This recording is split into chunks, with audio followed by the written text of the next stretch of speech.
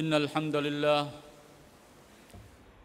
نحمده ونستعينه ونستغفره ونؤمن به ونتوكل عليه ونعوذ بالله من شرور أنفسنا وسيئات أعمالنا من يهده الله فلا مضل له ومن يضلل فلا هادي له وأشهد أن لا إله إلا الله وحده لا شريك له وأشهد أن محمدا عبد الله ورسوله اللهم صل على محمد وعلى آله وصحبه وسلم أما بعد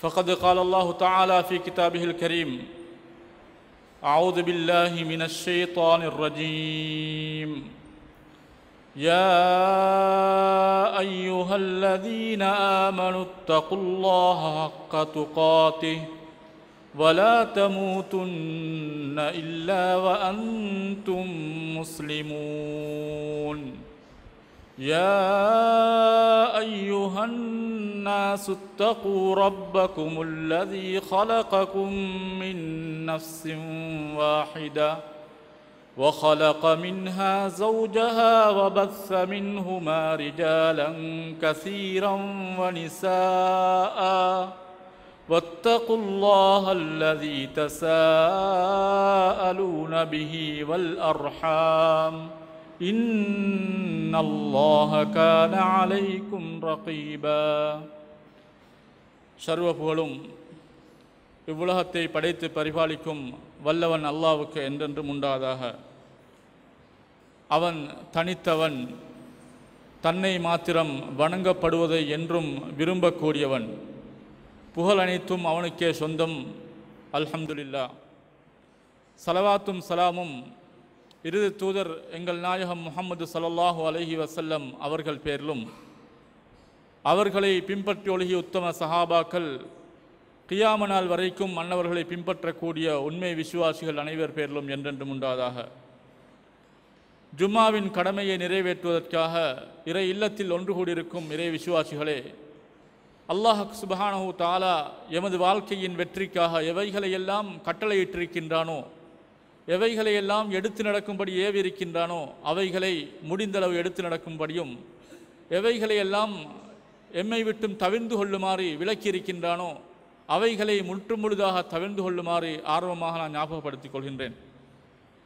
மேலான சகோதரர்களே, இஸ்லாமிய வருடத்தில் நாங்கள் ஒரு புது வருடத்தை இப்பொழுது எதிர்பார்த்து கொண்டிருக்கின்றோம். சென்ற நாங்கள் இருந்து கொண்டிருக்கக்கூடிய இந்த வருடம் முடிவடைந்து இந்த வருடத்தின் கடைசி சில நாட்களில் இருந்து கொண்டிருக்கக்கூடிய நாங்கள் இன்னும் சில தினங்களிலே அடுத்த ஹிஜ்ரி ஆண்டை ஆரம்பிக்கின்றோம். எனவே அன்பார்ந்த சகோதரர்களே, இவ்வாறு வருடங்கள் செல்ல செல்ல, காலங்கள் மாறி செல்லுகின்ற பொழுதெல்லாம் நாம் ஒவ்வொருவரும் அவரவர்களுடைய மன்னரை வாழ்க்கையை நோக்கி அவர் பயணிக்கின்றார் என்ற உண்மையை விளங்கிக் கொள்ள வேண்டும்.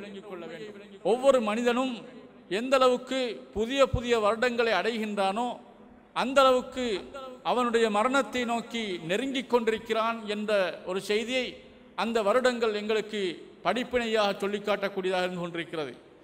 மேலான சகோதரர்களே, உண்மையில் இந்த மாதங்களை எடுத்துக்கொண்டால் அல்லாஹ் சுப்ஹானஹு தஆலா இந்த வருடங்களில் வரக்கூடிய மாதங்களை பற்றி அல் குர்ஆனிலே தெல்ல தெளிவாக இந்த மாதக்கணிப்பு எப்பொழுதிருந்து ஆரம்பித்தது என்பதை பற்றியெல்லாம் அல்லாஹ் குறிப்பிடுகின்றான். அல்லாஹ் எப்படி சொல்லி காட்டுகிறான்? இன்ன இத்தத ஷுஹூரி இந்தல்லாஹி இஸ்னா அஷர ஷஹரன் ஃபீ கிதாபில்லாஹ் யௌம ஹலகஸ் ஸமாவாதி வல் அர்ல் மின்ஹா அர்பாத்துன் ஹுரும். அல்லாஹ் சொல்லி காட்டுகிறான், வானங்கள் பூமி படைக்கப்பட்ட அந்த நாளில் இருந்து அல்லாஹ் சுப்ஹானஹு தஆலா, அதாவது இந்த மாதங்களின் கணிப்பு 12 மாதங்கள் என்பதை அல்லாஹ் தீர்மானித்து வைத்து விட்டான். அல்லாஹ்வுடைய ஏற்பாடாக 12 மாதங்களை அல்லாஹ் எப்பொழுது அதாவது முடிவு செய்தான் என்றால், வானங்கள் பூமிகள் எல்லாம் படைக்கப்படக்கூடிய அந்த நாள் என்று அல்லாஹ் தஆலா சொல்லி காட்டுகிறான்.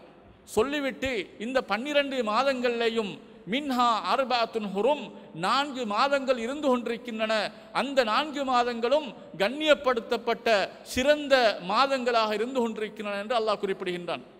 மேலான இஸ்லாமிய சகோதரர்களே, உண்மையிலே இந்த சிறந்த மாதத்திலே ஒரு மாதத்திலே தான் நாங்கள் இருந்து கொண்டிருக்கின்றோம். அதே போன்று வரக்கூடிய அந்த முஹர்ரம் மாதமும் அதுவும் ஒரு சிறந்த மாதமாக இருந்து கொண்டிருக்கிறது. எனவே அன்பார்ந்த சகோதரர்களே, நாங்கள் புரிந்து கொள்ள வேண்டும், இந்த மாதங்களை அல்லாஹ் தஆலா ஒரு விசேஷமான மாதமாக, ஒரு கண்ணியப்படுத்தப்பட்ட ஒரு மாதமாக அல்லாஹ் வைத்திருப்பதன் காரணமாக நாங்கள் அந்த மாதத்திலே எவ்வாறு நடந்து கொள்ள வேண்டும், எதற்காக அல்லாஹ் இப்படி கண்ணியப்படுத்தி இருக்கிறான் என்பதை புரிந்து கொள்ள வேண்டும். அன்பார்ந்த இஸ்லாமிய சகோதரர்களே, உண்மையிலே முஹர்ரம் மாதம் ஒரு வருடத்தின் ஆரம்ப மாதமாக இருந்து கொண்டிருக்கிறது.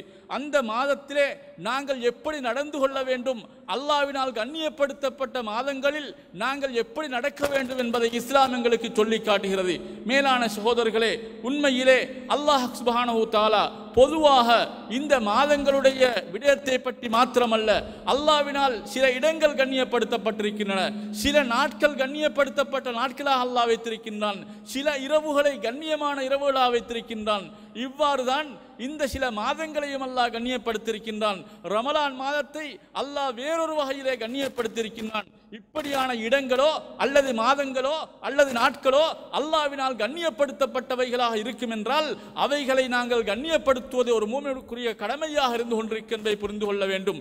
ஏனைய நாட்களிலோ ஏனைய மாதங்களிலோ ஏனைய காலங்களிலோ ஒரு மனிதன் பாவங்களை செய்தாலும் கூட, அந்த காலங்களிலேயும் பாவங்கள் செய்ய தடுக்கப்பட்டிருந்தாலும் கூட, அவ்வாறு பாவங்களில் ஈடுபட்டாலும் இந்த மாதங்களிலே அவன் ஒட்டுமொத்தமாக பாவங்களை தவிர்த்து கொள்ள வேண்டிய அவசியத்திலே இருந்து கொண்டிருக்கிறான் என்பதை நாங்கள் புரிந்து கொள்ள வேண்டும். அன்பார்ந்த இஸ்லாமிய சகோதரர்களே, ஹஜ்ஜை பற்றி, அங்கே ஹஜ்ஜிலே வழங்கப்படக்கூடிய ஹதியை பற்றி அல்லாஹ் சொல்லுகின்ற பொழுது கூட அந்த சந்தர்ப்பத்திலே அவைகளை கண்ணியமான முறையிலே அந்த விடயத்தில் நடந்து கொள்ள வேண்டும் என்று அல்லாஹ் எதை சொல்லி காட்டுகிறான்?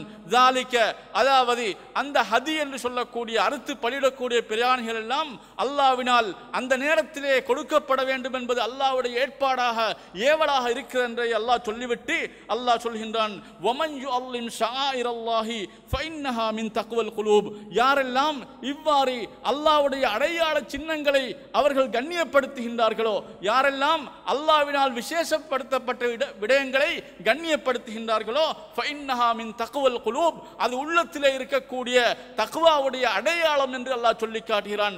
அது அவனுடைய உள்ளத்தில் இருக்கக்கூடிய இறையச்சத்தை வெளிப்படுத்தக்கூடிய ஒரு செயல் என்பதை அல்லாஹ் எங்களுக்கு சொல்லித் தருகிறான். அன்பார்ந்த இஸ்லாமிய சகோதரர்களே, எனவே அந்த அடிப்படையில் வரக்கூடிய முஹர்ரம் மாதம் கண்ணியப்படுத்தப்பட வேண்டிய ஒரு மாதமாக இருக்கிறது. பாவங்களை துடைத்து அவைகளை விட்டும் தூரமாகி அல்லாஹ்வுக்கு நெருக்கமாக இருக்க வேண்டிய ஒரு மாதமாக இருந்து கொண்டிருக்கின்றதை புரிந்து கொள்ள வேண்டும். அன்பார்ந்த இஸ்லாமிய சகோதரர்களே, பொதுவாகவே நாங்கள் இந்த மாதத்தை கண்ணியப்படுத்துகின்றோம் என்றால் அல்லாஹ்வை கண்ணியப்படுத்துவதை போன்றதாக இருக்கும். யாரெல்லாம் இந்த மாதத்தையும் கண்ணியப்படுத்தாமல் இந்த மாதத்திலேயும் பாவங்களை புரிந்து கொண்டிருப்பார்களோ அவர்கள் அல்லாஹ்வுடைய விடயத்திலே கவனக்குறைவாக அல்லாஹ்வுக்கு எப்படி நன்றி செலுத்த வேண்டுமோ அந்த நன்றி கடனை முறையாக செலுத்தாதவர்களாக இருந்து கொள்வார்கள் என்பதை புரிந்து கொள்ள வேண்டும். அன்பார்ந்த இஸ்லாமிய சகோதரர்களே, அல்லாஹ் தஆலா இந்த வசனத்திலே அதாவது சொல்லிவிட்டு, இந்த மாதங்களின் கணிப்பை பற்றி அல்லாஹ் சொல்லிவிட்டு, இந்த மாதங்களிலே 4 மாதங்கள் சிறந்த மாதங்கள், கண்ணியமான மாதங்கள் என்று சொல்லிவிட்டு அல்லாஹ் இன்னொரு செய்தியை சொல்கின்றான். ஃபலா தல்லிமு ஃபீஹின் அன்ஃபுஸகும், அல்லாஹ் என்ன சொல்லி காட்டுகிறான்? இந்த மாதங்களில் உங்களுக்கு நீங்கள் தீங்கிழைத்துக் கொள்ள வேண்டாம், அநியாயங்களிலே நீங்கள் ஈடுபட்டுக் கொள்ள வேண்டாம், பாவமான காரியங்களில் ஈடுபட்டுக் கொள்ள வேண்டாம் என்று அல்லாஹ் தஆலா எங்களை பார்த்து சொல்லிக் கொண்டிருக்கின்றான்.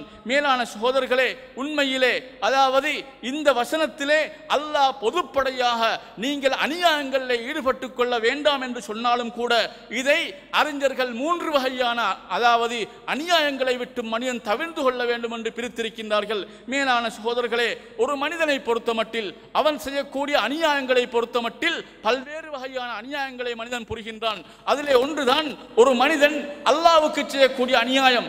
அல்லாஹ்வுடைய விடயத்தில் அவன் செய்யக்கூடிய அநியாயம், இதை முற்றுமுழுதாக தவிர்த்து கொள்ள வேண்டும். ஒரு உண்மையான மூமினாக அல்லாஹ்வை அஞ்சி நடக்கக்கூடிய ஒரு உண்மை விசுவாசியாக இருந்தால் அவன் எப்பொழுதுமே தவிர்த்து கொள்ள வேண்டும். விசேஷமாக இந்த மாதத்தில் அல்லாஹ்வுடைய கடமைகளை அவன் ஒழுங்காக நிறைவேற்ற வேண்டும். அல்லாஹ்வினால் தடுக்கப்பட்ட விடயங்களை அவன் தவிர்த்து கொள்ள வேண்டும். என்னென்ன அநியாயமான விடயங்கள் எல்லாம் எங்களுக்கு மார்க்கத்திலே தடையாக இருக்கின்றனவோ அவைகளை ஒட்டுமொத்தமாக தடுத்து கொள்ள வேண்டும். அன்பார்ந்த சகோதரர்களே, அல்லாஹ்வுக்கு செய்யக்கூடிய அநியாயத்தை பொறுத்தமட்டில் ஹதீஸ்களிலே நிறைய சந்தர்ப்பங்களில் அல் குர்ஆனிலேயும் ஹதீஸிலேயும் இந்த அநியாயம் என்ற வார்த்தை நிறைய பாவங்களுக்கு பயன்படுத்தப்பட்டிருக்கின்றதை பார்க்கலாம். அன்பார்ந்த இஸ்லாமிய சகோதரர்களே, முதலாவதாக அல்லாஹ்வுக்கு செய்யக்கூடிய அநியாயங்களிலே மிகவும் மோசமான அநியாயம், மிகவும் பாரிய அநியாயம் எதுவென்றால் அஷ்ஷிர்கு பில்லாஹ், அல்லாஹ்வுக்கு இணை வைப்பதாக இருந்து கொண்டிருக்கிறது. மேலான சகோதரர்களே, எந்த பாவத்தை ஒரு மனிதன் செய்தாலும் கூட அவை அனைத்துமே அல்லாஹ்வுக்கு செய்யப்படக்கூடிய அநியாயமாக இருந்து கொண்டிருக்கிறது. அல்லாஹ் எங்களை படைத்திருக்க, எங்களுடைய உறுப்புகளை எல்லாம் படைத்து அவைகளை எல்லாம் செயலாற்றக்கூடியதாக அல்லாஹ் எங்களுக்கு தந்து இத்தனை அருட்கொடைகளை எல்லாம் எங்களுக்கு கொட்டியிருக்கின்ற பொழுது அல்லாஹ்வுக்கு நாங்கள் நன்றி இல்லாதவர்களாக அல்லாஹ்வினால் தண்டிக்கப்படக்கூடிய பாவங்களை செய்து கொண்டிருக்கின்றோமே. இந்த எல்லா பாவங்களும் அநியாயமாக இருக்கிறது. ஆனால் அந்த அநியாயத்திலே மிக மோசமான அநியாயமாக அல்லாஹ்வுக்கு இணை வைக்கக்கூடிய செயலாக இருந்து கொண்டிருக்கிறது. அன்பார்ந்த இஸ்லாமிய சகோதரர்களே, சிந்தித்து பாருங்கள். லுக்மான் என்று சொல்லக்கூடிய அறிஞர் அவர்கள் தன்னுடைய அந்த மகனுக்கு உபதேசிக்கின்ற செய்தியை அல்லாஹ் அல் குர்ஆனிலே சொல்லி காட்டுகிறான். வைது கால லுக்மான் லிப்னிஹி, அதாவது லுக்மான் என்று சொல்லக்கூடிய அந்த அறிஞர் தன்னுடைய மகனுக்கு அவர் உபதேசிக்கின்றார், அவர் நல்லுபதேசம் செய்கின்றார், அந்த தன்னுடைய மகனுக்கு நல்ல விடயங்களை சொல்லிக் கொடுக்கின்றார் என்று சொல்லிவிட்டு அவர் சொன்ன வார்த்தையை பாருங்கள். யா புனைய, என் அருமை மகனே, லா துஷ்ரிக் பில்லாஹ், நீங்கள் அல்லாஹ்வுக்கு இணை வைத்து விடாதீர்கள், அல்லாஹ்வுக்கு இணை கற்பிக்கக்கூடிய செயலில் ஈடுபட்டு விடாதீர்கள் என்று சொல்லிவிட்டு அவர்கள் சொல்லி காட்டுகின்றார்கள். இன்ன ஷிர்க லதுல்முன் அலீம், ஷிர்க் இருக்கிறதே, இணை வைப்பதிருக்கின்றதே, இது மிக மோசமான அநியாயமாக இருக்கிறது. பாவகாரியங்களில் மோசமாக அல்லாஹ்வுக்கு செய்யப்படக்கூடிய அநியாயம் என்பதை, அதாவது அந்த லுக்மான் என்று சொல்லக்கூடிய அறிஞர் சொன்ன செய்தியை அல் குர்ஆன் எங்களுக்கு தெளிவாக படிப்பித்து தருகிறது.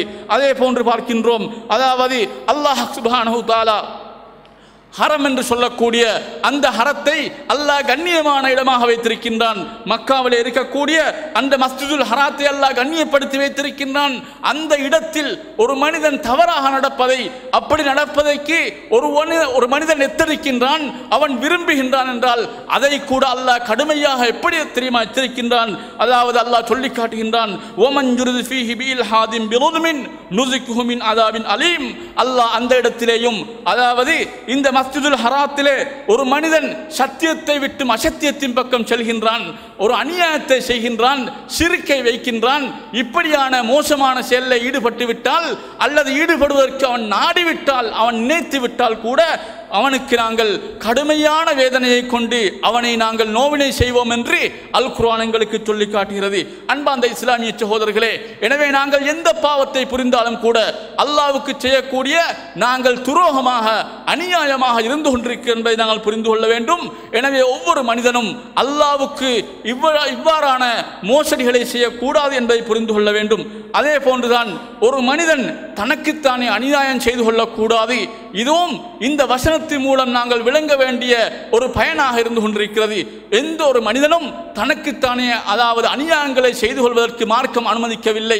எந்த விடயங்களை எல்லாம் நாங்கள் உபயோகிக்கின்றோமோ, எந்த விடயங்களை எல்லாம் எங்களுடைய வாழ்க்கையில் நாங்கள் பயன்படுத்துகின்றோமோ அதன் மூலமாக எங்களுக்கு அவைகள் அநியாயமாக அமைந்துவிட்டால், எங்களுடைய உடம்புக்கோ எங்களுடைய உயிருக்கோ ஆபத்தை விளைவிக்கக்கூடியவைகளாக இருந்தால் அதை கூட நாங்கள் பயன்படுத்தாமல் தவிர்த்து கொள்வது கடமையாக, கட்டாயமாக இருந்து கொண்டிருக்கிறது. அன்பார்ந்த இஸ்லாமிய சகோதரர்களே, இன்று நாங்கள் பார்க்கின்றோம், மது என்றும் சிகரெட் என்றும் இன்னும் ட்ரக்ஸ் என்றும் எத்தனையோ பாவனை பொருட்களை பயன்படுத்தக்கூடிய வாலிபர்கள் இருக்கின்றார்கள். மாற்று மத சமூகத்திலே மாத்திரமல்ல, எம்முடைய முஸ்லிம் சகோதரர்கள், எம்முடைய முஸ்லிம் வாலிபர்களிலே பல பேர் இருக்கின்றார்கள். பாடசாலைகளிலே படிக்கக்கூடிய மாணவர்களை எடுத்துக்கொள்வோம். இன்று நாங்கள் இந்த நாகரிகம் அடைந்த யுகத்திலே வாழ்வதாக சொல்லிக்கொண்டு இப்படியான தவறான பழக்கங்களிலே மூழ்கி இருக்கக்கூடிய பல பேர்களை பார்க்கின்றோம்.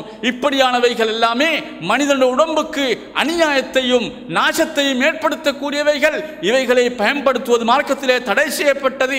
எனவே மேற்குறிப்பிட்ட வசனத்திலே இருந்து நாங்கள் அவற்றையும் தவிர்த்து கொள்வதற்கு முடிந்த அளவு முயற்சி எடுத்துக்கொள்ள வேண்டும். அதே போன்று அன்பார்ந்த இஸ்லாமிய சகோதரர்களே, ஒரு அடியான் ஒரு மனிதன் இன்னொரு மனிதனுக்கு செய்யக்கூடிய இன்னொரு படைப்பினத்துக்கு செய்யக்கூடிய அவன் முஸ்லிமாகவோ காபிராக இருக்கலாம் அல்லது மனிதனாகவோ விலங்குகளாகவோ இருக்கலாம், யாருக்கும் எவருக்குமே எந்த அநியாயத்தையும் செய்யக்கூடாது என்பதை நாங்கள் புரிந்து கொள்ள வேண்டும். நபிகள் நாயகம் ஸல்லல்லாஹு அலைஹி வஸல்லம் அவர்கள் இன்னொரு மனிதனுக்கு செய்யக்கூடிய அநியாயத்தை மிகவும் வன்மையாக கண்டித்திருக்கின்றார்கள். எந்த அளவுக்கு என்றால் ரசூலுல்லாஹ் ஒரு முறை சொன்னார்கள், அல் முஸ்லிமு அஹுல் முஸ்லிம், ஒரு முஸ்லிம் அடுத்த முஸ்லிமின் சகோதரன், அவன் உண்மையான முஸ்லிமாக இருந்தால் அநியாயம் செய்ய மாட்டான் என்று ரசூலுல்லாஹ் சொல்லி காட்டினார்கள். அன்பார்ந்த இஸ்லாமிய சகோதரர்களே, எந்த ஒரு முஸ்லிமும் அடுத்த முஸ்லிமுக்கு அநியாயம் செய்யக்கூடாது என்பதை ஆணித்தரமாக ரசூலுல்லாஹ் சொல்லி இருக்கின்றார்கள். அதே போன்று அல்லாஹ் சுப்ஹானஹு வ தஆலா சொல்வதாக நபி அவர்கள் தெளிவாக சொல்லி காட்டுகின்றார்கள். ஹதீஸ் குதுசி என்று சொல்லப்படக்கூடிய ஹதீஸ்களே உயர் தரத்திலே இருக்கக்கூடிய ஒரு செய்திதான் இந்த ரசூலுல்லாஹ் அல்லாஹ் சொல்வதாக சொன்னார்கள். ஒரு முறை சொன்னார்கள், அல்லாஹ் எப்படி தெரியுமா சொல்கிறான், யா இபாதி, என்னுடைய அடியார்களே, இன்னி ஹர்ரம்துல் ஸுல்ம அலா நஃப்ஸி, நான் அநியாயத்தை எனக்கே ஹராமாக்கி வைத்திருக்கின்றேன். அல்லாஹ் சொல்கிறான், அநியாயம் செய்வதை ஒரு மனிதனுக்கோ அவனுடைய அடியார்களுக்கோ யாருக்கோ அல்லாஹ் அநியாயம் செய்வதை எனக்கே நான் அதாவது ஹராமாக்கி வைத்திருக்கின்றேன், அது எனக்கு கூட விருப்பமற்றது என்று அல்லாஹ் சொல்லிவிட்டு வஜஅல்துஹு பைனக்கும் முஹர்ரமா, அதை உங்களுக்கு மத்தியிலேயும் நாம் ஹராமாகத்தான் வைத்திருக்கின்றேன். யாரும் இன்னொருவனுக்கு அநியாயம் செய்யக்கூடாது, அது ஹராம் என்பதை அல்லாஹ் சொல்வதாக ரசூலுல்லாஹ் சொல்லிவிட்டு ஃபலா தலாலமு, நீங்கள் ஒருவருக்கொருவர் அநியாயம் செய்து கொள்ள வேண்டாம் என்று நபி அவர்கள் அல்லாஹ் சொல்வதாக சொல்லி காட்டுகின்றார்கள். சிந்திக்கின்றோமா சகோதரர்களே? எனவே இந்த மாதத்திலே, இந்த கண்ணியப்படுத்தப்படக்கூடிய இந்த முஹர்ரம் மாதத்திலேயும் கூட ஏன் யுத்தங்கள் எல்லாம் நிறுத்தப்படுகிறது? இஸ்லாமிய வரலாற்றை படித்து பார்த்தால் இந்த மாதங்களில் யுத்தங்கள் செய்ய மாட்டார்கள். எதற்காக? அநியாயம் நடந்துவிடக் கூடாது, இன்னொருவரின் சொத்துகள் அபகரிக்கப்படக்கூடாது, இன்னொருவருடைய உரிமைகள் பசிக்கப்படக்கூடாது, இன்னொருடைய எந்த ஒரு விடயத்திலேயும் அநியாயம் செய்யக்கூடாது, மானங்கள் போக்கப்படக்கூடிய அநியாயங்களில் ஈடுபடக்கூடாது. இப்படி இஸ்லாம் இந்த மாதங்களை கண்ணியப்படுத்தி இவைகளிலே நாங்கள் செய்ய வேண்டிய நல்ல விடயங்களை செய்ய வேண்டும் என்று தூண்டக்கூடிய அதே நேரத்தில் பாவங்களை தவிர்த்து கொள்ளுமாறு எங்களை பணிக்கிறது.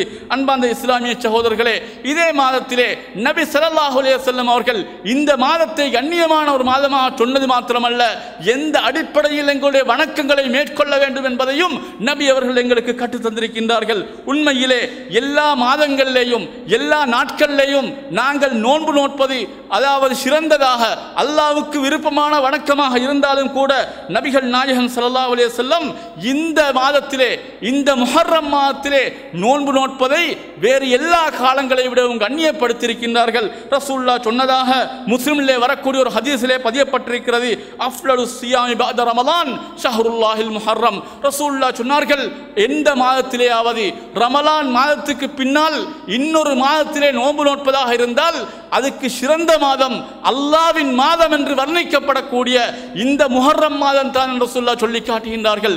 வேறு எந்த மாதத்துக்கும் இல்லாத ஒருவர் நோன்பு நோட்பதற்கு மிக சிறந்த நாட்களை கொண்ட ஒரு மாதம் என்றால் இந்த முஹர்ரம் மாதம் என்பதை நபி அவர்கள் சொல்லிவிட்டு தொடர்ந்து சொல்கின்றார்கள், வஅஃலலு ஸலாத்தி பஅதல் ஃபரீலத்தி ஸலாத்துல் லைல். ரசூலுல்லாஹ் சொன்னார்கள், ஒரு மனிதன் ஃபர்லான தொழுகையை விட்டுவிட்டு அதை தொழுதுவிட்டு அதற்கு மேலதிகமாக தொழுவதிலே சிறந்த தொழுகை எதுவென்றால் இரவு நேரத்திலே எல்லோரும் தூங்கக்கூடிய நேரத்தில் எழுந்து தொழுகின்றானே அந்த தொழுகைதான் தொழுகைகளிலே சிறந்த தொழுகை என்று நபி அவர்கள் சொல்லி காட்டுகின்றார்கள். அன்பார்ந்த இஸ்லாமிய சகோதரர்களே, எனவே இந்த மாதத்தில், இந்த முஹர்ரம் மாதத்தில் நாங்கள் அதிகமாக நோன்பு நோக்க முடிந்தால் அது சிறப்பானது, கண்ணியமானது. நபி ஸல்லல்லாஹு அலைஹி வஸல்லம் அவர்கள் தம்முடைய பொன்னான நாவினால் அந்த மாதத்திலே நோன்பு நோட்பது சிறப்பு என்று சொல்லியிருக்கின்றார்கள் என்பதை புரிந்து கொள்ள வேண்டும். அன்பார்ந்த இஸ்லாமிய சகோதரர்களே, இதே போன்றுதான் இந்த மாதத்திலே வரக்கூடிய எல்லா நாட்களிலேயும் எங்களுக்கு நோன்பு நோக்க முடியாவிட்டாலும் கூட இதிலே முக்கியமான ஒரு தினம் ஆஷூராவுடைய தினமாக இருந்து கொண்டிருக்கிறது. இந்த முஹர்ரம் மாதத்துடைய 10வது நாள் அது ஆஷூராவுடைய தினம் என்று அதாவது வர்ணிக்கப்படக்கூடிய ஒரு சிறந்த தினமாக இருந்து கொண்டிருக்கிறது. அந்த நாளிலே நோன்பு நோட்பதுடைய சிறப்பை பற்றி நபிகள் நாயகம் ஸல்லல்லாஹு அலைஹி வஸல்லம் அவர்களிடத்திலே வினவப்பட்டதற்கு ரசூலுல்லாஹ் சொன்னார்கள், இன்னி அஹ்தஸிபு அலல்லாஹி அன் யுகஃபிர ஸனத்தல்லதி கபலா. ரசூலுல்லாஹ் சொன்னார்கள், ஒரு மனிதன் அந்த நாளிலே, அந்த 10ஆம் நாளிலே ஒருவர் நோன்பு நோற்றுவிட்டால் அவருடைய முன்னால் நடந்த ஒரு வருடத்தின் பாவங்களை அல்லாஹ் தஆலா மன்னிப்பதாக நான் ஆதரவு வைக்கின்றேன் என்று ரசூலுல்லாஹ் சொல்லி காட்டினார்கள். எனவே அன்பார்ந்த சகோதரர்களே, இந்த நாள், இந்த முஹர்ரத்தும் 10ஆம் நாள், அது நோன்பு தினமாக, அது ஆஷூராவுடைய சிறந்த நோன்பை பிடிக்க வேண்டிய ஒரு சிறந்த தினமாக இருந்து கொண்டிருக்கின்றதை புரிந்து கொள்ள வேண்டும். அதே போன்று இப்னு அப்பாஸ் ரலியல்லாஹு அன்ஹு சொல்கின்றார்கள், நபிகள் நாயகம் ஸல்லல்லாஹு அலைஹி வஸல்லம் அவர்கள் அதாவது வேறு எல்லா நாட்களை விடவும் இந்த ஆஷூராவுடைய தினத்திலே நோன்பு நோட்பதை நான் கவனித்திருக்கின்றேன், மிகவும் கண்டிப்பாக அதை நோப்பார்கள் என்று புகாரியிலே வரக்கூடிய ஹதீஸ் எங்களுக்கு தெளிவாக அதை விளங்கப்படுத்தக்கூடியதாக இருந்து கொண்டிருக்கிறது. அன்பார்ந்த சகோதரர்களே, அதே போன்றுதான் இந்த ஆஷூராவுடைய 10ஆம் நாள் மாத்திரம் நோன்பு நோட்காமல் அதனோடு சேர்த்து 9ஆம் நாள் நோன்பு நோட்பது அதுவும் கண்ணியமான ஒன்றாக இருந்து கொண்டிருக்கிறது, அதிகமான நன்மைகளை ஈட்டுத்தரக்கூடியதாக இருந்து கொண்டிருக்கிறது. ஏனென்றால் நபிகள் நாயகம் ஸல்லல்லாஹு அலைஹி வஸல்லம் அவர்கள் எப்பொழுதுமே அந்த சஹாபாக்களுக்கு மாற்று மத கலாச்சாரங்கள், இஸ்லாத்திலே இல்லாத மாற்று மத கலாச்சாரங்களை எப்பொழுதுமே எதிர்க்கக்கூடியவர்களாக, அவைகளை விட்டும் இஸ்லாத்தை தூய்மைப்படுத்தக்கூடியவர்களாக தான் இருந்தார்கள். வணக்க வழிபாடுகளாக இருந்தாலும் கூட, அன்றாட விடயங்களாக இருந்தாலும் கூட, எப்பொழுதெல்லாம் யூதர்களோ கிறிஸ்தவர்களோ என்னென்ன காரியங்களை செய்கின்றார்களோ அதற்கு மாற்றமான முறையில் ரசூலுல்லாஹ் பல்வேறு சந்தர்ப்பங்களில் ரசூலுல்லாஹ் எங்களுக்கு சிறந்த விடயங்களை கற்றுத்தந்திருக்கின்றார்கள். தொழுகின்ற பொழுது அதாவது செருப்பு அணிந்து கொண்டு தொழுவதை ரசூலுல்லாஹ் சொன்னார்கள், நீங்கள் செருப்பு அணிந்து கொண்டு தொழுங்கள், ஏனென்றால் யூதர்கள் அப்படி தொழமாட்டார்கள் என்று பணித்தார்கள். அந்த அளவுக்கு ரசூலுல்லாஹ் எப்பொழுதுமே யூத கிறிஸ்தவர்களுடைய அந்த கலாச்சாரங்களை விட்டும் தூரமான இருக்கின்றார்கள். இதே போன்றுதான் நபிகள் நாயகம் ஸல்லல்லாஹு அலைஹி வஸல்லம் அவர்களிடத்திலே ஞாபகப்படுத்தப்படுகிறது. அதாவது ரசூலுல்லாஹ்வுடைய கடைசி சந்தர்ப்பத்தில் இந்த நாளிலே, இதே ஆஷூராவுடைய தினத்திலே, யா ரசூலல்லாஹ், யூதர்களும் நோன்பு வைக்கின்றார்கள், நாங்கள் நோன்பு வைக்கின்றோமே என்று சொல்லிய பொழுது நபி அவர்கள் சொன்னார்கள், நான் அடுத்த வருடம் உயிரோடு இருந்தால், அடுத்த வருடம் நான் இருந்தால், நான் அதோடு சேர்த்து நான் 9ஆம் நாளும் கட்டாயமாக நோன்பு நோட்பேன் என்று ரசூலுல்லாஹ் சொல்கின்றார்கள். ஆனால் ரசூலுல்லாஹ் அடுத்த வருடம் வருவதற்கு முன்னால் மரணித்து விட்டார்கள். அன்பார்ந்த இஸ்லாமிய சகோதரர்களே, எனவேதான் 9ஆம் நாளும் 10ஆம் நாளும் நோன்பு வைப்பது, இந்த தாசுவா ஆஷூரா என்று சொல்லக்கூடிய 2 நாட்களிலே நாங்கள் நோன்பு நோட்பது மிக முக்கியமான சுன்னத்தாக, அதிகமான நன்மைகளை ஈற்றுத்தரக்கூடிய ஒரு வணக்கமாக இருந்து கொண்டிருக்கின்றதை புரிந்து கொள்ள வேண்டும். அன்னை ஆயிஷா ரலியல்லாஹு அன்ஹா அவர்கள் சொல்லி காட்டுகின்றார்கள், கான யோமு ஆஷூரா, ஆஷூராவுடைய தினம் எப்படியான ஒரு நாளாக இருந்தது என்றால், தசூமுஹு குரைஷுன் ஃபில் ஜாஹிலியா, ஜாஹிலியத்திலே இருக்கக்கூடிய குறைஷிகள் கூட அவர்களுடைய காலத்தில், இப்பொழுது இருக்கக்கூடிய நோன்பு முறை இல்லாவிட்டாலும் கூட அவர்களுடைய காலத்திலே அவர்கள் அந்த ஜாஹிலியத்திலே இருந்த குறைஷிகள் கூட அந்த நோன்பை நோற்று வந்தார்கள். அந்த அளவுக்கு முக்கியமானது என்பதை அவர்கள் சொல்லி காட்டுகின்றார்கள். அதே போன்று நபிகள் நாயகம் ஸல்லல்லாஹு அலைஹி வஸல்லம் அவர்கள் குறைஷிகள் நோன்பு நோற்றுகின்ற அந்த சந்தர்ப்பத்தில் ரசூலுல்லாஹ் நோன்பு நோற்றிருக்கின்றார்கள். ஃபலம்மா கதிமல் மதீனத, நபி ஸல்லல்லாஹு அலைஹி வஸல்லம் அவர்கள் மதீனாவுக்கு வந்ததற்கு பின்னால் சாமஹு வ அமர பிஸியாமி, ரசூலுல்லாஹ் நோன்பு நோட்டார்கள் அந்த நாளிலே. அதே போன்று சஹாபாக்களையும், அங்கே இருக்கக்கூடிய சஹாபாக்களையும் மதீனாவிலே வைத்து நோன்பு நோக்குமாறு பணித்தார்கள். ஃபலம்மா ஃபுர்ல ரமலான், ரமலானுடைய நோன்பு கடமையாக்கப்பட்டதற்கு பின்னால் தான் நபிகள் நாயகம் ஸல்லல்லாஹு அலைஹி வஸல்லம் அவர்கள் விரும்பினால் நோன்பு நோற்றுக் கொள்ளுங்கள், விரும்பினால் விட்டுவிடுங்கள் என்று பணித்தார்கள் என்பதாக அன்னை ஆயிஷா ரலியல்லாஹு அன்ஹா சொல்லி காட்டுகின்றார்கள். இந்த ஹதீஸை அடிப்படையாக வைத்துத்தான் அதாவது அறிஞர்கள் ரசூலுல்லாஹ்வுடைய காலத்தில் ஆரம்பத்திலே இந்த ஆஷூராவுடைய நோன்பு கடமையானதாக இருந்தது. எனவேதான் ரசூல் ஸல்லல்லாஹு அலைஹி வஸல்லம் அவர்கள் அங்கே சஹாபாக்களுக்கு கட்டளையிட்டு அந்த நாளிலே நோன்பு நோக்குமாறு பணித்ததாக சொல்லி காட்டுகின்றார்கள். எனவே அந்த அளவுக்கு முக்கியமான ஒரு தினமாக இருந்து கொண்டிருக்கிறது. அன்பார்ந்த இஸ்லாமிய சகோதரர்களே, எந்த வகையில் இது முக்கியம் என்றால் உண்மையிலே நாங்கள் அதை புரிந்து கொள்ள வேண்டும். உண்மையிலே எங்களுக்கு தெரியும், மூசா அலைஹிஸ்ஸலாம் அவர்கள் அந்த ஃபிரௌனோடு இருந்த காலத்தில் எவ்வளவு சிரமங்களுக்கு முகம் கொடுத்தார்கள். தாங்க முடியாத எத்தனையோ துன்பங்களையும் இந்த பூமியிலே அரங்கேற்றிக் கொண்டிருந்த அந்த கர்வம் கொண்ட அந்த ஃபிரௌனுக்கு மிக மோசமான ஒரு நாளாகத்தான் அந்த ஆஷூராவுடைய தினம் அமையப்பெற்றது என்பதை ஹதீஸ் எங்களுக்கு தெளிவுபடுத்துகிறது. அன்பார்ந்த இஸ்லாமிய சகோதரர்களே, அல்லாஹ் அல் குர்ஆனில் இந்த செய்தியை சுருக்கமாக எங்களுக்கு அதாவது மிக தெளிவாக புரிந்து கொள்ளக்கூடிய முறையில் எங்களுக்கு படிப்பித்து தருகின்றான். மேலான சகோதரர்களே, உண்மையிலே ஃபிரௌனோடு அந்த மூசா அலைஹிஸ்ஸலாம் அவர்களும் அந்த பனு இஸ்ரவேலர்களும் பட்ட கஷ்டங்கள் ஒன்று இரண்டு அல்ல, வாயினால் சொல்ல முடியாத அளவுக்கு மிகவும் கடுமையான கஷ்டங்களுக்கு முகம் கொடுத்தார்கள். அல்லாஹ் தஆலா அப்படியான சந்தர்ப்பத்தில் தான் அல்லாஹ் இவர்களை காப்பாற்றுகின்றான். அப்படிப்பட்ட ஒரு சிறந்த தினமாகத்தான் அந்த ஆஷூராவுடைய தினம் இருக்கிறது.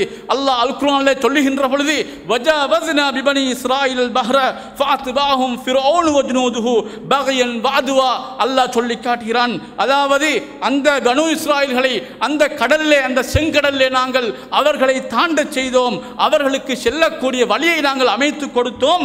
அவர்களை பின்தொடர்ந்து ஃபிர்அவுனும் அவனுடைய கூட்டமும் அப்படி அவர்களை பின்தொடர்ந்து சென்றார்கள் என்று சொல்லிவிட்டு அவர்கள் என்ன நோக்கத்துக்காக சென்றார்கள்? பகையன் வஅதுவா, அநியாயம் செய்வதற்கு, அத்துமீறுவதற்கு, அவர்களை கொலை செய்வதற்காக வேண்டித்தான் பின்தொடர்ந்து சென்றார்கள் என்று அல்லாஹ் சொல்லிவிட்டு ஹத்தா இதா அத்ரகஹுல் கரக், அந்த சம்பவம் ஒரு நீண்ட சம்பவம், அல்லாஹ் சுருக்கமாக சொல்கின்றான்.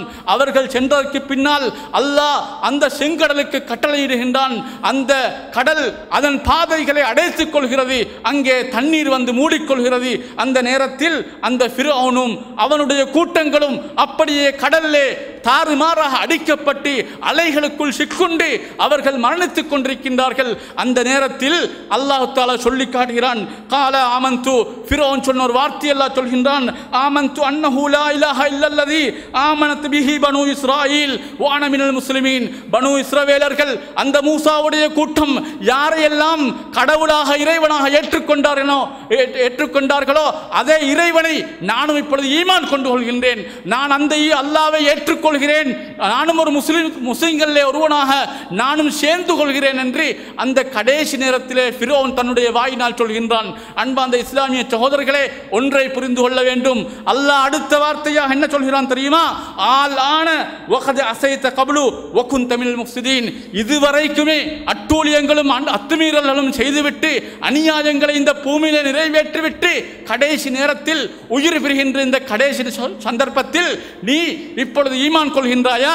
உன்னை ஏற்றுக்கொள்ள மாட்டோம் என்று அல்லாஹ் தடுத்துவிட்டு நீ அநியாயக்காரர்களே உள்ளவன் என்று அல்லாஹ் முத்திரை வைத்து விடுகின்றான். மேலான சகோதரர்களே, நாங்கள் இதிலே இருந்து படிப்பினை பெற வேண்டும். ஒரு மனிதனுக்கு அல்லாஹ் தௌபாவுடைய சந்தர்ப்பத்தை எதுவரைக்கும் கொடுக்கின்றான் என்றால், கடைசி நிமிடம் ஒரு மனிதன் உயிர் போக போகிறது, இந்த நிமிடத்திலே பிரிய போகிறான் என்று அவன் புரிந்ததற்கு பின்னால் அவனுடைய தௌபாவை அல்லாஹ் ஏற்றுக்கொள்ள மாட்டான். அதற்கு முன்னால் தான் பாவங்களை விட்டும் தவிர்ந்து அல்லாஹ்விடத்திலே மன்றாடி தங்களுடைய பாவக்கரைகளுக்காக வேண்டி அல்லாஹ்விடத்திலே தௌபா செய்து கொள்ள வேண்டும் என்பதை புரிந்து கொள்ள வேண்டும். அன்பார்ந்த இஸ்லாமிய சகோதரர்களே, அல்லாஹ் இன்னொரு இடத்திலே இதை பற்றி சொல்லுகின்ற போது வைது நஜ்ஜைனாக்கும் மின் ஆலி ஃபிர்அவுன யஸூமூனக்கும் சூஅல் அஸாப், அல்லாஹ் சொல்லி காட்டுகிறான். அந்த ஃபிர்அவுனும் அவனுடைய கூட்டங்களும் செய்த மோசங்களை நீங்கள் நினைத்து பாருங்கள். எப்படி உங்களை நாங்கள் பாதுகாத்தோம், எப்படி அந்த ஃபிர்அவுனிடத்தில் இருந்து உங்களை பாதுகாத்தோம் என்பதை நீங்கள் சிந்தித்து பாருங்கள். அதை நீங்கள் நினைவு கூர்ந்து பாருங்கள் என்று அல்லாஹ் சொல்லிவிட்டு சொல்கின்றான். அவர்கள் எப்படி தெரியுமா?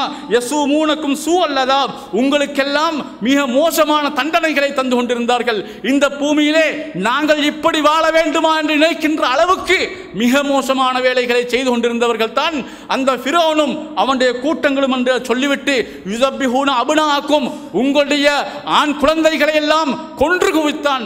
இப்படிப்பட்ட மோசமான வேலைகளை செய்தான். வயஸ்தஹ்யூன நிசாக்கும், உங்களுடைய பெண்களை எல்லாம் வைத்துக்கொண்டு அவன் பணியாளர்களாக வேலைக்காரிகளாக வைத்து அந்த அளவுக்கு மோசடிகளை செய்து வஃபீதாலிக்கும் பலாவும் மிர் ரப்பிக்கும் அலீம், இப்படியான விடயங்களில் உங்களுக்கு பெரிய சோதனை இருந்தது என்று அல்லாஹ் சொல்லிவிட்டு அல்லாஹ் அதற்கு பின்னால் சொல்கின்றான், வைது ஃபரக்னா பிக்குமுல் பஹ்ர, அதற்கு பின்னால் அந்த கடலை நாங்கள் பிரித்து தந்தோம். அதற்கு பின்னால் ஃபஅன்ஜைனாக்கும் வஅக்ரக்னா ஆல ஃபிர்அவுன வஅன்தும் தன்லுரூன், அல்லாஹ் சொல்லி காட்டுகிறான், உங்களை பாதுகாத்தோம், பனு இஸ்ரவேலர்களான உங்களை பாதுகாத்தோம். அது மாத்திரமல்ல, நாங்கள் ஃபிர்அவுனை அப்படியே அழிக்க செய்தோம், நீங்கள் உங்களுடைய கண்களால் பார்த்து கொண்டிருக்கின்ற பொழுது என்று அல்லாஹ் சொல்லி காட்டுகிறான். எனவே அன்பார்ந்த சகோதரர்களே, இதைதான் நாங்கள் விளங்கிக் கொள்ள வேண்டும். இந்த ஆஷூராவுடைய தினத்திலே நோன்பு நோட்பது உண்மையிலே இது மூசா அலைஹிஸ்ஸலாம் அவர்களுக்கு கிடைத்த ஒரு பெரிய பாக்கியம். அவர்கள் வெற்றி பெற்ற நாளும் அதே போன்று ஃபிர்அவுனும் அவனுடைய கூட்டங்களும் அழிக்கப்பட்ட நாளும் என்பதை நாங்கள் புரிந்து கொள்ள வேண்டும். எனவே இதிலே இருந்து படிப்பினை பெற்றவர்களாக நாங்கள் மாறி இந்த 2 நாட்களிலேயும் நாங்கள் நோன்பு நோற்றி அதிகமான நன்மைகளை பெற்றுக்கொள்வதற்கு முயற்சியோமாக. அக்கூலு கௌலி ஹாதா அஸ்தக்ஃபிருல்லாஹ் லி வ லக்கும் வ லில் முஸ்லிமீன் வஸ்தக்ஃபிருஹு இன்னஹு ஹுவல் கஃபூர் ரஹீம். அல்ஹம்துலில்லாஹ் வஸ்ஸலாத்து வஸ்ஸலாமு அலா ரசூலில்லாஹ் வ அலா ஆலிஹி ஹிஸ்பில்லாஹி அம்மா பஅத். அன்பார்ந்த சகோதரர்களே, உண்மையிலே இந்த முஹர்ரம் மாதத்துடைய இதே 10ஆம் தினத்தை வேறொரு விதமாகவும் நாங்கள் ஒரு கவலை தோன்ற ஒரு நாளாக, ஒவ்வொரு மூமினுக்கும் ஒரு கவலையான ஒரு நாளாக இருந்து கொண்டிருக்கிறது. ஹிஜ்ரி 61ஆம் ஆண்டு நபிகள் நாயகம் ஸல்லல்லாஹு அலைஹி வஸல்லம் அவர்களுடைய பேர குழந்தையான ஒரு பேரராக இருந்த மிக முக்கியமான சஹாபாக்களில் ஒருவராக இருந்த ஹுசைன் ரலியல்லாஹு அவர்கள், ஹுசைன் இப்னு அலி ரலியல்லாஹு அவர்கள் கொலை செய்யப்பட்ட ஒரு துக்க நாளாக அந்த நாள் இருந்து கொண்டிருக்கிறது. எந்த ஒரு மூமினும் அவர்கள் கொலை செய்யப்பட்டதை நியாயமாகவோ அல்லது ஒரு சந்தோஷமாகவோ யாரும் கருத மாட்டார்கள், கருதவும் முடியாது. இதுதான் இஸ்லாமிய அகீதாவிலே சொல்லப்பட்ட உண்மையான செய்தியாக இருந்து கொண்டிருக்கிறது. அன்பார்ந்த சகோதரர்களே, உண்மையில் ஹுசைன் ரலியல்லாஹு அவர்கள், அவர்களை பொறுத்த மட்டில் அவர்கள் சிறந்த ஒரு சஹாபியாக இருந்தார்கள். அவர்கள் பல சஹாபாக்களுடைய, அதனுடைய ஆரம்பம் முதல் அவர்கள் கடைசி வரைக்கும் பல சஹாபாக்கள் அவர்கள் கொலை செய்யப்படக்கூடிய அந்த அநியாயக்காரர்களின் கூட்டத்திலே செல்ல வேண்டாம் என்று தடுத்தாலும் கூட அல்லாஹ்வின் ஏற்பாடு, அனைவருடைய வார்த்தைகளையும் மீறி அவர்கள் சென்று விட்டார்கள். உண்மையிலே மக்காவிலே இருந்த முக்கியமான சஹாபாக்கள் இப்னு உமர், இப்னு அப்பாஸ், அப்துல்லா இப்னு ஜுபைர், அபூ சயீதுல் குத்ரி போன்ற பல சஹாபாக்கள், நீங்கள் அந்த ஈராக்கிலே எப்படியெல்லாம் உங்களை அழைத்து கொண்டிருக்கின்றார்களோ, பல முறை கடிதங்கள் அனுப்பி நீங்கள் யதீதுக்கு அங்கே பையத்து செய்யாததன் காரணமாக நீங்கள் எங்களிடத்திலே வாருங்கள், ஈராக்குக்கு வாருங்கள், உங்களுக்கு நாங்கள் கட்டாயமாக பையத்து செய்வோம், உங்களை தலைவராக நாங்கள் ஏற்றுக்கொள்வோம் என்று அவர்களுக்கு பல முறைகள் பல கடிதங்கள் அனுப்பி பல பேரும் அவர்களுக்கு ஆசையூட்டினார்கள். ஆனால் அவர்கள் இந்த முக்கியமான சஹாபாக்கள் எந்த அளவுக்கென்றால் இப்னு உமர் ரலியல்லாஹு அவர்கள் அழுதழுது கெஞ்சினார்கள், நீங்கள் அங்கே செல்ல வேண்டாம், அவர்கள் ஏமாற்றக்கூடியவர்கள், அநியாயக்காரர்கள், நீங்கள் நினைப்பதை போன்று அங்கே நிலைமை இருக்க மாட்டாது, உங்களுக்கு ஆதரவு தருவதாக சொல்லக்கூடியவர்கள் எல்லாம் உங்களுக்கு மோசடி செய்வார்கள் என்று பல சஹாபாக்கள் சொல்லிய பொழுதும் அவர்களை விட அவர்களுடைய அந்த ஈராக் வாசிகளுடைய அந்த சொல்லிலே நம்பிக்கை வைத்தார்கள். எனவே அன்பார்ந்த சகோதரர்களே, அந்த சம்பவத்தின் மூலமாக அங்கே சென்றதற்கு பின்னால் பல சந்தர்ப்பங்களிலே அவர்கள் கஷ்டப்பட்டார்கள். அதற்கு பின்னால் இறுதியாக அவர்கள் கொலை செய்யப்பட்டு விடுகின்றார்கள். உண்மையிலே ஹுசைன் ரலியல்லாஹு அவர்கள் கொலை செய்யப்பட்டது வரலாற்றிலே ஒரு மோசமான ஒரு அநியாயமான செயல் என்பதிலே சந்தேகம் கிடையாது. ஆனால் இதே விடயத்தை இன்று சமூகத்திலே வைத்துக்கொண்டு இந்த ஷியாக்கள் என்று சொல்லக்கூடியவர்கள் உண்மையிலே ஹுசைன் ரலியல்லாஹு அவர்களை பற்றி எப்படி மார்க்கத்துடைய, அதாவது மார்க்கத்திலே சொல்லப்பட்டதோ, வரலாறுகள் எப்படி சொல்லப்பட்டதோ அவைகளையெல்லாம் மிகைத்து கொண்டு இன்று தவறான முறையிலே பிரச்சாரங்கள் செய்து கொண்டு அந்த ஹுசைன் ரலியல்லாஹு அவர்களுக்காக வேண்டி நாங்கள் கவலை தெரிவிக்கின்றோம் என்று எப்படி மோசடிகளை செய்து கொண்டிருக்கின்றார்கள். அன்பார்ந்த சகோதரர்களே, உண்மையிலே நாங்கள் புரிந்து கொள்ள வேண்டும், இதே ஹுசைன் ரலியல்லாஹு அவர்களை விடவும் ஒரு கவலையான மரணம்தான் அன்று சஹாபாக்களுக்கு ஏற்பட்டது. அருமை தூதர் ஸல்லல்லாஹு அலைஹி வஸல்லம் மரணித்த வேளை. அதே போன்று ஹசன் ரலியல்லாஹு அவர்கள் மரணிக்கின்றார்கள். அலி இப்னு அபி தாலிப் இவர்களுடைய தந்தை அவர்கள் கொலை செய்யப்படுகின்றார்கள். ஆனால் இவர்கள் யாருக்குமே எந்த ஒரு பரிதாபமோ எந்த ஒரு கவலையோ எந்த ஒன்றுமே இல்லாமல் இருக்கக்கூடிய இந்த ஷியாக்கள் ஹுசைன் ரலியல்லாஹு மாத்திரம் என்ன செய்கின்றார்கள், எப்படியெல்லாம் மார்க்கத்திலே இல்லாத விடயங்களை எல்லாம் மார்க்கம் என்று அரங்கேற்றிக் கொண்டிருக்கின்றார்கள். அன்பார்ந்த சகோதரர்களே, இன்று நேற்று இவைகள் புதிய விடயங்கள் அல்ல, இவைகளை எல்லாம் அடையாளப்படுத்தி உங்களுக்கு சொல்வதற்கு நாங்கள் தாராளமாக கேள்விப்பட்டிருக்கின்றோம், தாராளமாக அறிந்து வைத்திருக்கின்றோம். அன்பார்ந்த இஸ்லாமிய சகோதரர்களே, எவைகளையெல்லாம் ரசூலுல்லாஹ் வேண்டாம் என்று சொன்னார்களோ, எவைகளுக்கெல்லாம் இஸ்லாத்திலே அங்கீகாரம் கிடையாதோ அவைகளைத்தான் நாங்கள் ஹுசைன் மீது கவலைப்படுகின்றோம், அவர்களுக்கு அனுதாபமாக செய்கின்றோம் என்று செய்து கொண்டிருக்கின்றார்கள். மேலான இஸ்லாமிய சகோதரர்களே, முதலாவதாக புரிந்து கொள்ள வேண்டும், உண்மையிலே இவர்கள் செய்யக்கூடிய உடம்புகளை காயப்படுத்தி கொண்டு தலைகளிலே குத்திக்கொண்டு சிறுவர்கள் பெண்கள் உட்பட இப்படியான மோசடிகளை செய்யக்கூடிய இவர்கள் உண்மையிலே சரியான கொள்கையிலே இருக்கின்றார்களா என்பதை எந்தொரு புத்திசாலியும் சாதாரணமாக புரிந்து கொள்ளலாம். இன்று ஷியாக்களுக்காக வேண்டி குரல் கொடுக்கக்கூடியவர்கள் ஷியாக்களை சாதாரணமான ஒரு மாலிக் மதுஹபோ அல்லது ஷாஃபி மதுஹபோ போன்று ஒரு மதுஹபுக்காரர்களை போன்று சிந்திக்கக்கூடிய எத்தனையோ பேர்கள், அவர்களை பற்றி எழுதக்கூடியவர்கள் எல்லாம் எமது நாட்டில் இருந்து கொண்டிருக்கின்றார்கள். ஷியாக்களும் எங்களை சார்ந்தவர்கள் தானே, அவர்களும் ஏதோ ஒரு கொள்கையிலே பிரியப்பட்டவர்கள் தானே என்று அவர்களையும் சாதாரண ஒரு முஸ்லிமுடைய தரத்திலே வைத்து பேசக்கூடிய இருக்கின்றார்கள். மேலான சகோதரர்களே, உண்மையிலே சிந்தித்து பார்க்க வேண்டும்.